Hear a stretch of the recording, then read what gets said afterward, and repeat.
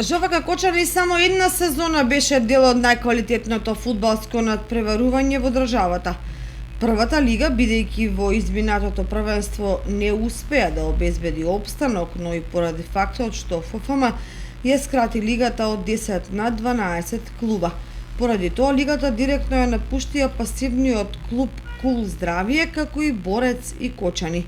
Поради промените за да го зачува праволигашкиот статус, Надпревар Плюс мораше да игра и девето пласираната Шкендија, која успеа со победа во бараж над преварот против Атлетико од Битола 2:1.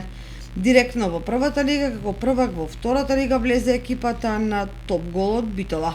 Во новото првенство сезона 2023-2024 во првата лига ќе се надпреваруваат 10 екипи, а тоа по него во сезоната 2024-2025 се планира да учествуваат само 8 екипи. Дали тоа ќе го донесе очекуваниот квалитет на женскиот фудбал во нашата држава или не, ќе покаже времето.